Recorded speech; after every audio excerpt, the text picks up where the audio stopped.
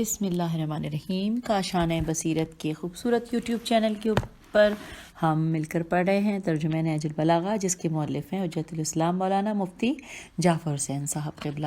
اور ہم اس کتاب کو مل کر پڑھتے ہیں اور بہت کچھ جان رہے ہیں. اور میں تو میری تو یہ درینہ خواہش پوری ہو رہی ہے کہ میں اس کتاب کو ایک لفظ ایک حرف کو پڑھ رہی ہوں. اور یہ صرف اس کاشانۂ بصیرت کی لائبریری ہی کی بدولت ہے، اس لیے میری بہت ساری دعائیں ہیں. اور آئیے اب ہم آغاز کرتے ہیں اپنے پارٹ 40 کا، کہ جس میں ہم خطبہ نمبر 135 پڑھنے جا رہے ہیں اور پیج نمبر ہے 371. بسم اللہ الرحمن الرحیم. یہاں شروع میں لکھا ہے کہ طلحہ اور زبیر کے متعلق ارشاد فرمایا. لکھا ہے کہ خدا کی قسم انہوں نے مجھ پر کوئی سچا الزام نہیں لگایا اور نہ انہوں نے میرے اور اپنے درمیان انصاف برتا. وہ مجھ سے پیج 372 پہ آ گئے. وہ مجھ سے اس حق کا مطالبہ کرتے ہیں جسے خود ہی انہوں نے چھوڑ دیا، اور اس خون کا عوض چاہتے ہیں جسے انہوں نے خود بہایا ہے. اب اگر اس میں میں ان کا شریک تھا تو پھر اس میں ان کا بھی تو حصہ نکلتا ہے، اور اگر وہی اس کے مرتکب ہوئے ہیں میں نہیں، تو پھر اس کا مطالبہ صرف انہی سے ہونا چاہیے. اور ان کے عدل و انصاف کا پہلا قدم یہ ہونا چاہیے کہ وہ اپنے خلاف حکم لگائیں، اور میرے ساتھ میری بصیرت کی جلوہ گری ہے. نہ میں نے خود جان بوجھ کر کبھی اپنے کو دھوکہ دیا اور نہ مجھے واقعی کبھی دھوکہ ہوا. اور بلا شبہ یہی وہ باغی گروہ ہے جس میں ایک ہمارا سگا یعنی بریکٹ میں لکھا ہے زبیر، اور ایک بچھو کا ڈنگ بریکٹ میں لکھا ہے حمیرہ ہے، اور حق پر سیاہ پردے ڈالنے والے شبہے ہیں. اور اب تو حقیقت حال کھل کر سامنے آ چکی ہے، اور باطل اپنی بنیادوں سے ہل چکا ہے، اور شرر انگیزی سے اس کی زبان بندی ہو چکی ہے. خدا کی قسم میں ان کے لیے ایک ایسا حوض چھلکاؤں گا جس کا پانی میں نے غلط پڑھا، اللہ جانے میں نے کیوں غلط پڑھا، حالانکہ یہ بہت آسان ورڈ ہے چھلکاؤں گا. چلیں، میں نے تو ایسا پڑھا جیسے کوئی جب ہمارے بچے چھوٹے تھے تو اسی طرح کو ورڈ کو تھوڑا بہت الٹ پلٹ کر دیتے تھے. چلیے یہ تو ایک الگ سے بات تھی. دوبارہ سے میں یہاں سے پڑھتی ہوں کہ میں ان کے لیے ایک ایسا حوض چھلکاؤں گا جس کا پانی نکالنے والا میں ہوں، کہ جس سے سیراب ہو کر پلٹنا ان کے امکان میں نہ ہوگا، اور نہ اس کے بعد کوئی گڑھا کھود کر پانی پی سکیں گے. اچھا، اب اگلے پیراگراف میں لکھا ہے کہ اسی خطبے کا ایک جز یہ ہے: تم اس طرح شوق و رغبت سے بیت بیت پکارتے ہوئے میری طرف بڑھے، جس طرح نئی بیاہی ہوئی بچوں والی اونٹنیاں اپنے بچوں کی طرف. میں نے اپنے ہاتھوں کو اپنی طرف سمیٹا تو تم نے انہیں اپنی جانب پھیلایا. میں نے اپنے ہاتھوں کو تم سے چھیننا چاہا مگر تم نے انہیں کھینچا. خدایا، ان دونوں نے میرے حقوق کو نظر انداز کیا ہے اور مجھ پر ظلم ڈھایا ہے اور میری بیعت کو توڑ دیا ہے. پیج 373. توڑ دیا ہے اور میرے خلاف لوگوں کو اکسایا ہے. لہٰذا جو انہوں نے گرہیں لگائی ہیں انہیں کھول. ٹھیک ہے، جو انہوں نے گرہیں لگائی ہیں انہیں کھول دے، اور جو انہوں نے بٹا ہے اسے محفوظ نہ ہونے دے، اور انہیں ان کی امیدوں اور کرتوتوں کا برا نتیجہ دکھا. میں نے جنگ کے چھڑنے سے پہلے انہیں باز رکھنا چاہا اور لڑائی سے قبل انہیں ڈھیل دیتا رہا، لیکن انہوں نے اس نعمت کی قدر نہ کی اور عافیت کو ٹھکرا دیا. پیج 373 پر ہی ہیں ہم. اور سامعین، اب ہم خطبہ 136 پڑھنے جا رہے ہیں. بسم اللہ الرحمن الرحیم. اس میں آنے والے فتنوں اور ہنگاموں کی طرف اشارہ ہے. آئیے مل کے پڑھتے ہیں. وہ خواہشوں کو ہدایت کی طرف موڑے گا جبکہ لوگوں نے ہدایت کو خواہشوں کی طرف موڑ دیا ہوگا، اور اس کی رائےوں کو قرآن کی طرف پھیرے گا جبکہ انہوں نے قرآن کو توڑ مروڑ کر قیاس و رائے کے ڈھرے پر لگایا لیا ہوگا. اس خطبے کا ایک جزو یہ بھی ہے. اب یہاں پہ جہاں لکھا ہے کہ ایک جزو یہ بھی ہے، تو اس جو آگے بات جا رہی ہے اس کے بارے میں انہوں نے آگے ہمیں پڑھنے کے لیے کہا ہے. تو ہم پڑھ بھی لیتے ہیں. اس میں لکھا ہے کہ امیر المومنین علیہ السلام کی یہ پیشن گوئی حضرت حجت کے حضور کے سلسلے میں ہے. بس یہ اتنی سی بات تھی جو ہم نے پڑھ لی.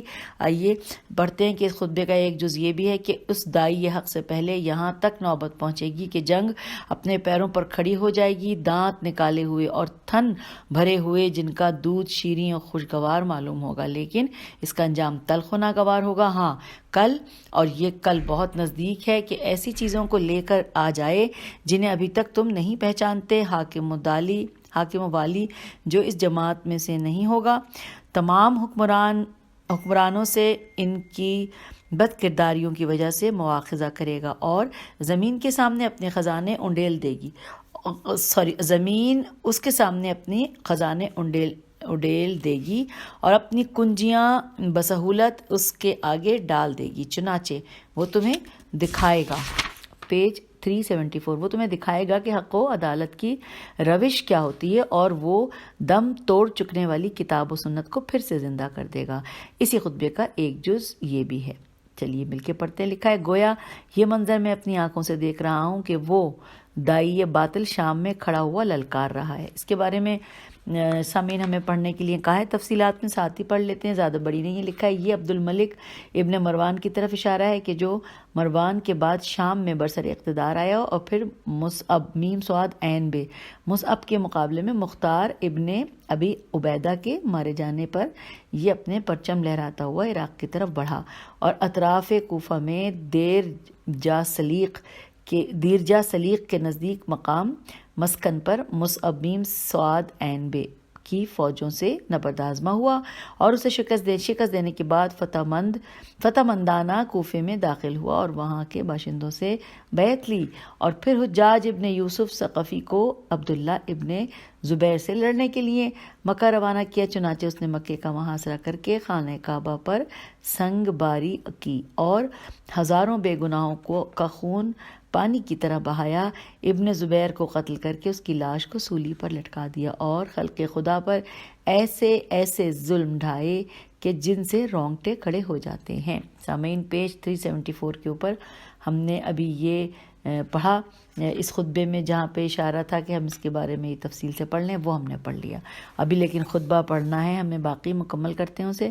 کہ اسی خطبے کا ایک جز یہ ہے کہ گویا یہ منظر اپنی آنکھوں سے دیکھ رہا ہوں کہ وہ دائی باطل شام میں کھڑا ہوا للکار رہا ہے. یہاں سے ہم گئے تھے پڑھنے، آئیے اس کے آگے سے مکمل کرتے ہیں. للکار رہا ہے اور کوفے کے اطراف میں اپنے جھنڈے لہرا رہا ہے اور کاٹ کھانے والی اونٹنی کی طرح اس پر حملہ کرنے کے لیے جھکا ہوا ہے اور اس نے زمین پر سروں کا فرش بچھا دیا ہے. اس کا منہ پھاڑ کھانے کے لیے کھل چکا ہے اور زمین میں اس کی پامالیاں بہت سخت ہو چکی ہیں. وہ دور دور تک بڑھ جانے والا اور بڑے شدومت سے حملہ کرنے والا، بخدا وہ تمہیں اطراف زمین میں بکھیر دے گا یہاں تک کہ تم میں سے کچھ تھوڑے ہی بچیں گے.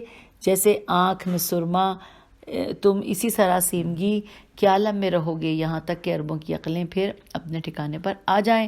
تم مضبوط طریقوں، روشن نشانیوں اور اسی قریب کے عہد پر جمے رہو کہ جس میں نبوت کے پائیدار آثار ہیں اور تمہیں معلوم ہونا چاہیے کہ شیطان اپنے قدم بقدم چلانے کے لیے راہ آسان کرتا رہتا ہے.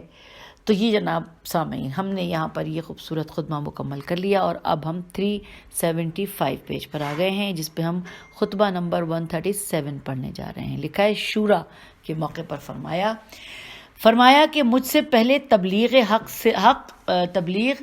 حق صلہ رحم اور جود و کرم کی طرف کسی نے بھی تیزی سے قدم نہیں بڑھایا، لہٰذا تم میرے قول کو سنو اور میری باتوں کو یاد رکھو کہ تم جلدی ہی دیکھ لو گے کہ اس دن کے بعد سے خلافت کے لیے تلواریں سونت لی جائیں گی اور عہد و پیمان توڑ کر رکھ دیے جائیں گے، یہاں تک کہ کچھ لوگ گمراہ لوگوں کے پیشوا بن کر کھڑے ہوں گے اور کچھ جاہلوں کے پیروکار ہو جائیں گے. بس یہ اتنا سا خطبہ ہے سامعین. اور اب آئیے ہم چلتے ہیں خطبہ نمبر 138 کی طرف. ماشاءاللہ ہماری رفتار بہت اچھی ہے نا. آئیے چلتے ہیں. لکھا ہے اس میں لوگوں کو دوسروں کے عیب بیان کرنے سے روکا ہے اور یہ ہے خطبہ نمبر 138. بسم اللہ الرحمن الرحیم. جن لوگوں کا دامن خطاؤں سے پاک صاف ہے اور بفضل الہی گناہوں سے محفوظ ہے، انہیں چاہیے کہ وہ گناہگاروں اور خطاکاروں پر رحم کریں اور اس چیز کا شکر ہی اللہ نے انہیں گناہوں سے بچائے رکھا ہے، ان پر غالب اور دوسروں کے عیب اچھالنے سے مانے رہے۔ جائے کا وہ عیب لگانے والا اپنے کسی بھائی کی پیٹھ پیچھے برائی کرے اور اس کے عیب بیان کر کے طعن و تشنیع کرے، یہ آخر خدا کی اس پردہ پوشی کو کیوں نہیں یاد کرتا جو اس نے خود اس کے ایسے گناہوں پر کی ہے، جو اس گناہ سے بھی جس کی وہ غیبت کر رہا ہے، اس گناہ سے بھی جس کی وہ غیبت کر رہا ہے بڑے تھے، اور کیوں کر کسی ایسے گناہ کی بنا پر اس کی برائی کرتا ہے جبکہ خود بھی ویسے ہی گناہ کا مرتکب ہو چکا ہے، اور اگر میں نے ہی ویسا گناہ نہیں بھی کیا تو ایسے گناہ کیے ہیں کہ جو اس سے بھی بڑھ چڑھ کر تھے۔ یہ پیج 376 پر ہم آ گئے۔ اس سے بھی بڑھ چڑھ کر تھے۔ خدا کی قسم اگر اس نے گناہ کبیرہ نہیں بھی کیا تھا اور صرف صغیرہ کا مرتکب ہوا تھا تب بھی اس کا لوگوں کے عیوب بیان کرنا بہت بڑا گناہ ہے۔ اے خدا کے بندے، جھٹ سے کسی پر گناہ کا عیب نہ لگا، شاید اللہ نے وہ بخش دیا ہو، اور اپنے کسی چھوٹے چھوٹے گناہ کے لیے بھی اطمینان نہ کرنا، شاید کہ اس پر تجھے عذاب ہو۔ لہٰذا تم میں سے جو شخص بھی کسی دوسرے کے عیوب جانتا ہو اسے ان کے اظہار سے باز رہنا چاہیے، اس علم کی وجہ سے جو خود اسے اپنے گناہوں کے متعلق ہے، اور اس امر کا شکر کہ اللہ نے اسے ان چیزوں سے محفوظ رکھا ہے کہ جن میں دوسرے مبتلا ہیں، کسی اور طرف اسے متوجہ نہ ہونے دے۔ اچھا سامعین، یہاں پہ ختم ہو گیا ہے خطبہ، اور اب ہم اس کی تفصیلات پڑھنے جا رہے ہیں۔ لکھا ہے، عیب جوئی و خردہ گیری کا مشغلہ اتنا عام اور ہماگیر ہو چکا ہے کہ اس کی برائی کا احساس تک جاتا رہا ہے، اور اب تو نہ خواص کی زبانیں بند ہیں، نہ عوام کی، نہ ممبر کی رفعت اس سے مانے ہے، نہ محراب کی تقدیس، بلکہ جہاں چند ہم خیال جمع ہوں گے، موضوع سخن اور دلچسپ مشغلہ یہی ہوگا کہ اپنے فریق مخالف کے عیوب رنگ آمیزیوں سے بیان کیے جائیں اور کان دھر کر ذوق سماعت کا مظاہرہ کیا جائے، حالانکہ غیبت کرنے والے کا دامن ان آلودگیوں سے خود آلودہ ہوتا ہے جن کا اظہار وہ دوسروں کے لیے کرتا ہے، مگر وہ اپنے لیے یہ گوارا نہیں کرتا کہ اس کے عیوب آشکار ہوں، تو پھر اسے دوسروں کے جذبات کا بھی پاس و لحاظ کرتے ہوئے ان کی عیب گیری و دل آزاری سے احتراز کرنا چاہیے، اور آنچ برائے خود نمی پسندی برائے دیگراں پسند پر عمل پیرا ہونا چاہیے۔ یہ فارسی کا ایک جملہ تھا جو میں پتہ نہیں روانی میں بول گئی، لیکن پتہ نہیں صحیح ہے غلط۔ جو اس کتاب کو آپ لوگوں میں سے اگر کوئی بھی ایسا انسان سن رہا ہے کہ جس کو فارسی آتی ہے، اس سے میں معذرت چاہتی ہوں۔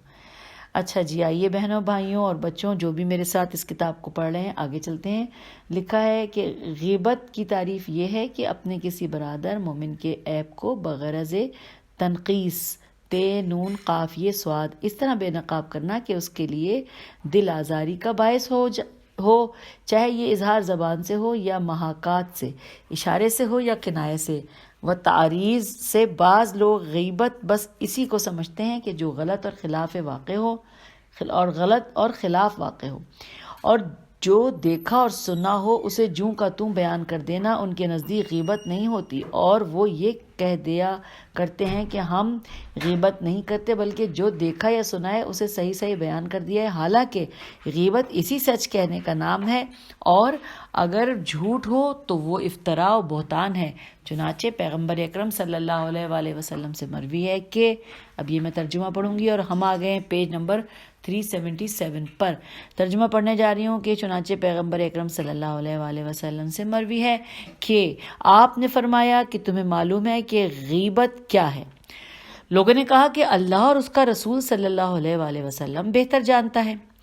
آپ نے فرمایا کہ غیبت یہ ہے کہ تم اپنے کسی بھائی کے متعلق کوئی ایسی بات کہو جو اس کے لیے ناگواری کا باعث ہو۔ کہنے والے نے کہا کہ اگر میں وہی بات کہوں جو واقعاً اس میں پائی جاتی ہو؟ آپ نے فرمایا کہ اگر ہو جب ہی تو وہ غیبت ہے، اور اگر نہ ہو تو تم نے اس پر افتراء باندھا ہے۔ اب ترجمہ ختم ہو گیا، آگے پڑھ رہی ہوں کہ غیبت میں مبتلا ہونے کے بعد سے وجوہ و اسباب ہیں، غیبت میں مبتلا ہونے کے بہت سے وجوہ و اسباب ہیں جن کی وجہ سے انسان کہیں دانستہ اور کہیں نادانستہ اس کا مرتکب ہوتا ہے۔ امام غزالی نے احیاء العلوم میں ان وجوہ و اسباب کا تفصیلی تذکرہ کیا ہے۔ ان میں چند نمایاں اسباب یہ ہیں: 1. کسی کی ہنسی اڑانے اور اسے پست و سبک دکھانے کے لیے۔ 2. لوگوں کو ہنسانے اور اپنی زندہ دلی و خوش طبعی کا مظاہرہ کرنے کے لیے۔ 3. غیظ و غضب کے تقاضوں سے متاثر ہو کر اپنے دل کی بھڑاس نکالنے کے لیے۔ 4. کسی کی تنقیص سے اپنا تفوق جتلانے کے لیے۔ 5. اپنی بے تعلقی اور براءت ظاہر کرنے کے لیے کہ یہ بات مجھ سے سرزد نہیں ہوئی بلکہ فلاں سے سرزد ہوئی ہے۔ نمبر 6. کسی بزم میں بیٹھ کر ہم رنگ جماعت ہونے کے لیے تاکہ اس سے اجنبیت نہ برتی جائے۔ 7. کسی ایسے شخص کی بات کو بے وقت بنانے کے لیے کہ جس کے متعلق یہ اندیشہ ہو کہ وہ اس کے کسی عیب کو بے نقاب کر دے گا۔ 8. اپنے کسی ہم پیشہ رقیب کی سروبازاری کے لیے۔ 9. کسی رئیس کی بارگاہ میں تقرب حاصل کرنے کے لیے۔ 10. اظہار رنج و تاسف کے لیے، یہ کہنا کہ مجھے افسوس ہے کہ فلاں شریف زادہ فلاں بری بات میں مبتلا ہو گیا۔ 11. اظہار تعجب کے لیے، مثلاً اس طرح کہنا کہ مجھے حیرت ہے کہ فلاں شخص اور یہ کام۔ اچھا جی 12. کسی امر قبیح پر غم و غصے کا اظہار کرنے کے لیے اس کے مرتکب کا نام لے دینا۔ اب یہ سارے پوائنٹ میں نے 12 پڑھ دیے اور اب آگے چلتے ہیں۔ لکھا ہے البتہ چند صورتوں میں عیب گیزی و نکتہ چینی غیبت میں شمار نہیں ہوتی۔ اب وہ کیا ہیں؟ وہ لکھے ہیں نمبر 1، مظلوم اگر داد رسی کے لیے ظالم کا گلہ کرے تو غیبت نہیں ہے، جیسا کہ خداوند عالم کا ارشاد ہے، ترجمہ اللہ برائی کے اچھالنے کو پسند نہیں کرتا مگر وہ کہ جس پر ظلم کیا گیا ہو، ترجمہ ختم۔ اچھا یہ جو صورتیں بیان ہو رہی تھی سامعین، ایک یہ تھی مظلوم والی، دوسری ہے مشورہ دینے کے موقع پر کسی کا کوئی عیب بیان کرنا، غیبت نہیں ہے کیونکہ مشورے میں غل و غش جائز نہیں ہے۔ نمبر 3، اگر استفتاء کے سلسلے میں کسی خاص شخص کو متعین کیے بغیر مسئلہ حل نہ ہوتا ہو تو علی قدر الضرورت اس کا عیب بیان کر دینا غیبت نہ ہوگا۔ نمبر 4، کسی مسلمان کو ضرر سے بچانے کے لیے کسی خائن و بددیانت کی بددیانتی سے آگاہ کر دینا غیبت نہ ہوگا۔ 5، کسی ایسے شخص کے سامنے کسی کی برائی کرنا کہ جو اسے برائی سے روک سکتا ہو غیبت نہیں ہے۔ نمبر 6، روایت کے سلسلے میں پیج 378 پر ہم آ گئے ہیں۔ روایت کے سلسلے میں روات رے واو الف گولتا پر نقد و تبصرہ غیبت میں داخل نہیں ہے۔ نمبر 7، اگر کوئی شخص اپنے کسی عیب ہی سے متعارف ہو تو اسے پہچانوانے کے لیے اس کا ذکر کرنا غیبت نہ ہوگا، جیسے بہرا، گونگا، گنجا، لنگڑا وغیرہ۔ نمبر 8، بغرض علاج طبیب کے سامنے مریض کے کسی عیب کو بیان کرنا غیبت نہیں ہے۔ نمبر 9، اگر کوئی غلط نسب کا مدعی ہو اس کے نسب کی تردید کرنا غیبت نہ ہوگا۔ نمبر 10، اگر کسی کی جان و مال یا عزت کا بچاؤ اسی صورت میں ہو سکتا ہو کہ اسے کسی عیب سے روشناس کیا جائے تو یہ بھی غیبت نہیں ہے۔ 11، اگر دو شخص آپس میں کسی ایک برائی کا ذکر کریں کہ جو انہیں پہلے سے معلوم ہو تو یہ اگرچہ غیبت نہیں ہے تاہم زبان کو بچانا ہی بہتر ہے اور ممکن ہے کہ ان میں سے ایک بھول چکا ہو۔ اچھا نمبر 12، جو اعلانیہ فسق و فجور کرتا ہو اس کی برائی کرنا غیبت نہیں، جیسا کہ روایت میں وارد ہوا ہے کہ یعنی ترجمہ پڑھ لیتی ہوں کہ جو حیا کی چادر اتار ڈالے اس کی غیبت نہیں ہے۔ تو سامعین اب ہم نے خطبہ نمبر 138 بھی یہاں پر مکمل کر لیا اور اب آئیے اگلے خطبے کی طرف۔ خطبہ نمبر 139 لکھا ہے، اے لوگو اگر تمہیں اپنے کسی بھائی کی دینداری کی پختگی و طور طریقوں کی درستگی کا علم ہو تو پھر اس کے بارے میں افواہی باتوں پر کان نہ دھرو۔ دیکھو کبھی تیر چلانے والا تیر چلاتا ہے اور اتفاق سے تیر خطا کر جاتا ہے اور بات ذرا میں ادھر سے ادھر ہو جاتی ہے، اور جو غلط بات ہوگی وہ خود ہی نیست و نابود ہو جائے گی۔ اللہ ہر چیز کا سننے والا اور ہر شے کی خبر رکھنے والا ہے۔ معلوم ہونا چاہیے کہ سچ اور جھوٹ میں صرف 4 انگلیوں کا فاصلہ ہے۔ جب آپ سے اس کا مطلب پوچھا گیا تو آپ نے اپنی انگلیوں کو اکٹھا کر کے اپنے کان اور آنکھ کے درمیان رکھا اور فرمایا، جھوٹ وہ ہے جسے تم کہو کہ میں نے سنا، اور سچ وہ ہے جسے تم کہو کہ میں نے دیکھا۔ یہاں پہ یہ خطبہ 139 ختم ہو گیا۔ اب خطبہ نمبر 140 کے اوپر ہم آ گئے ہیں۔ یہاں لکھا ہے کہ جو شخص غیر مستحق کے ساتھ حسن سلوک برتتا ہے اور نااہلوں کے ساتھ احسان کرتا ہے، اس کے پلے یہی پڑتا ہے کہ کمینے اور شریر اس کی مدح و ثنا کرنے لگتے ہیں۔ پیج 379 مدح و ثنا کرنے لگتے ہیں، اور جب تک وہ دیتا دلاتا رہے جاہل کہتے رہتے ہیں کہ اس کا ہاتھ کتنا سخی ہے، حالانکہ اس کے معاملے میں وہ بخل کرتا ہے۔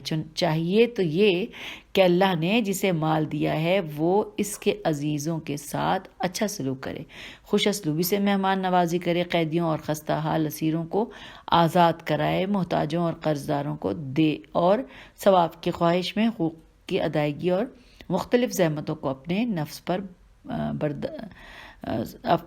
نفس برداشت کرے۔ نفس پر داشت دال الف شین تھے، اس لیے کہ ان خصائل و عادات سے آراستہ ہونا دنیا کی بزرگیوں سے شرفیاب ہونا اور آخرت کی فضیلتوں کو پا لینا ہے۔ یہاں لکھا ہے انشاءاللہ۔ اچھا، یہاں پہ خطبہ ختم ہو گیا۔ اب ہم خطبہ 141 کو پڑھیں گے۔ لکھا ہے کہ طلب بارہ کے سلسلے میں، بسم اللہ الرحمن الرحیم۔ دیکھو یہ زمین جو تمہیں اٹھائے ہوئے ہے، اور یہ آسمان جو تم پر سایہ گستر ہے، دونوں تمہارے پروردگار کے زیر فرمان ہیں۔ یہ اپنی برکتوں سے اس لیے تمہیں مال نہیں کرتے کہ ان کا دل تم پر کڑتا ہے یا تمہارا تقرب چاہتے ہیں، یا کسی بھلائی کے تم سے امیدوار ہیں، بلکہ نہ تو تمہاری منفعت رسانی پر معمور ہیں جسے بجا لاتے ہیں، اور تمہاری مصلحتوں کی حدود پر انہیں ٹھہرایا گیا ہے، چنانچہ یہ ٹھہرے ہوئے ہیں۔ البتہ اللہ تعالیٰ بندوں کو ان کی بدعمالیوں کے وقت پھلوں کے کم کرنے، برکتوں کے روک لینے اور انعامات کے خزانوں کو بند کر دینے سے آزماتا ہے، تاکہ توبہ کرنے والے، اب ہمارے ہیں پیج 380 کے اوپر، تاکہ توبہ کرنے والے توبہ کرے انکار و سرکشی سے، اور باز آنے والے باز آ جائیں، نصیحت و عبرت حاصل کرنے والا نصیحت و بصیرت حاصل کر لے، اور گناہوں سے رکنے والا رک جائے۔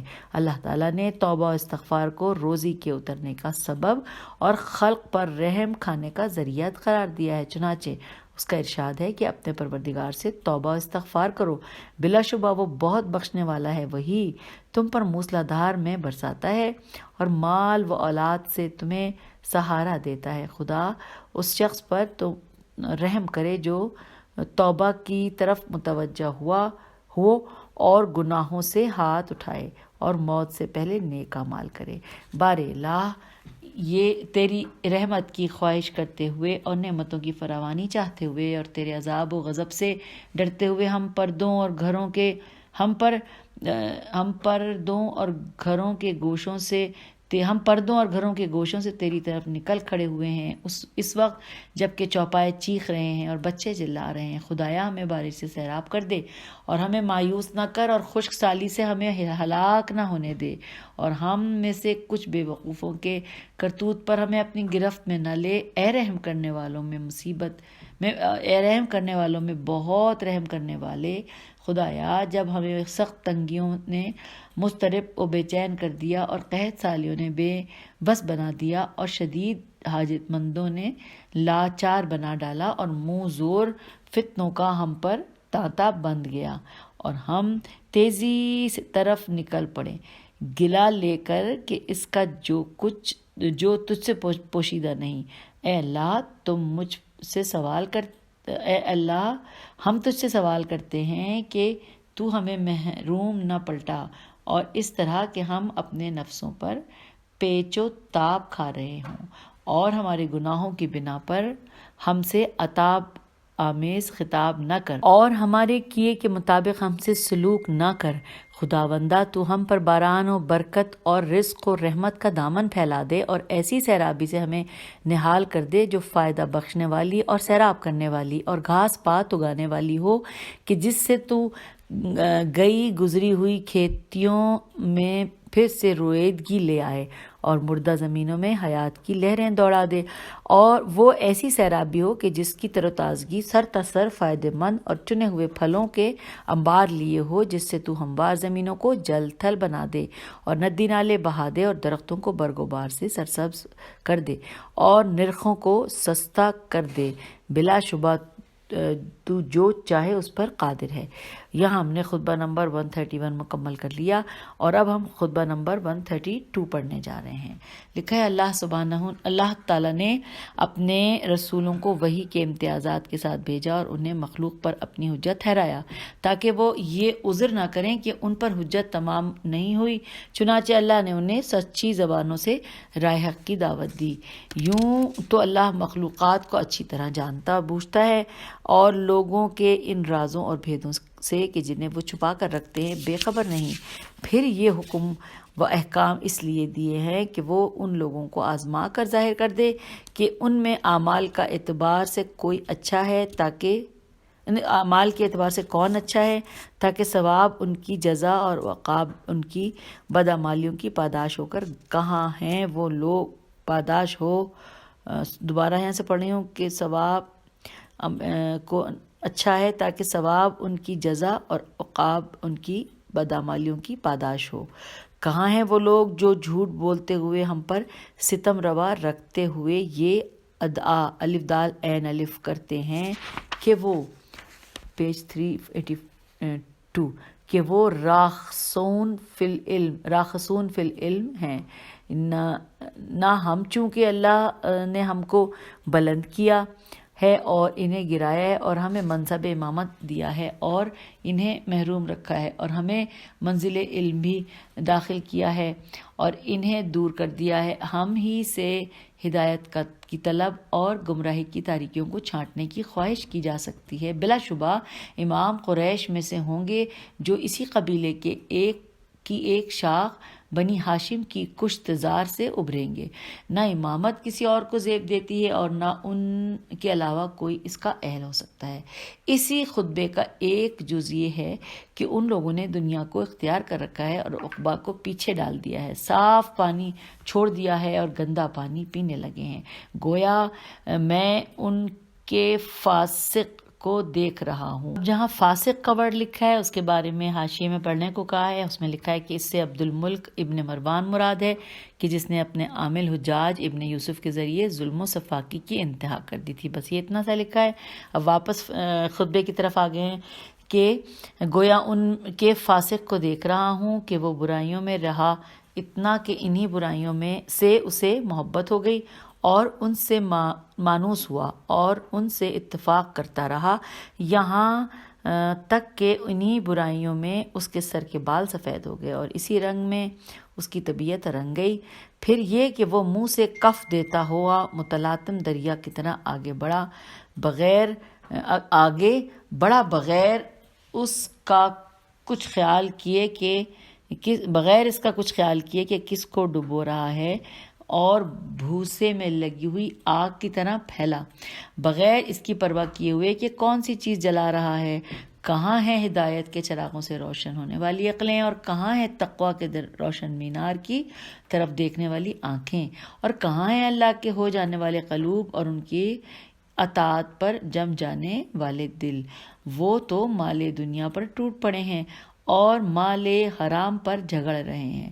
ان کے سامنے جنت اور دوزخ کے جھنڈے بلند ہیں، لیکن انہوں نے جنت سے اپنے منہ موڑ لیے ہیں اور اپنے اعمال کی وجہ سے دوزخ کی طرف بڑھ نکلے ہیں۔ اور اللہ نے ان لوگوں کو بلایا تو یہ بھڑک اٹھے اور پیٹھ پھرا کر چل دیے، اور شیطان نے ان کو دعوت دی تو لبیک کہتے ہوئے اس کی طرف لپک پڑے۔ تو یہاں پہ سامعین خطبہ نمبر 142 کو مکمل ہم نے پڑھ لیا، اور اب میں یہ دیکھ رہی ہوں کہ خطبہ نمبر 143 3 پڑھا جا سکتا ہے کہ اے لوگوں، تم اس دنیا میں موت کی تیر اندازیوں کا ہدف ہو، جہاں ہر گھونٹ کے ساتھ اچھو ہے اور ہر لقمے میں گلوگیر پھندا ہے، جہاں تم ایک نعمت اس وقت تک نہیں پاتے جب تک وہ دوسری نعمت جدا نہ ہو جائے، اور تم میں سے کوئی زندگی پانے والا ایک دن کی زندگی میں قدم نہیں رکھتا جب تک اس کی مدت حیات میں سے ایک دن کم نہیں ہو جاتا، اور اس کے کھانے میں کسی اور رزق کا اضافہ نہیں ہوتا جب تک کہ پہلا رزق ختم نہ ہو جائے، اور جب تک ایک نقش مٹ نہ جائے دوسرا نقش ابھرتا نہیں، اور جب تک کوئی نئی چیز کہنا فرسودہ نہ ہو جائے دوسری نئی چیز حاصل نہیں ہوتی، اور جب تک کٹی ہوئی فصل گر نہ جائے نئی فصل کھڑی نہیں ہوتی، اور آباء و اجداد گزر گئے اور ہم انہی کی شاخیں ہیں، جب جڑ ہی نہ رہی تو شاخیں کہاں رہ سکتی ہیں۔ اسی خطبے کا ایک جز یہ ہے کہ کوئی بدعت وجود میں نہیں آتی مگر یہ کہ اس کی وجہ سے سنت کو چھوڑنا پڑتا ہے۔ بدعتی لوگوں سے بچو، روشن طریقے پر جمے رہو، پرانی باتیں صحیح اچھی ہیں اور دین میں پیدا کی ہوئی نئی چیزیں بدترین ہیں۔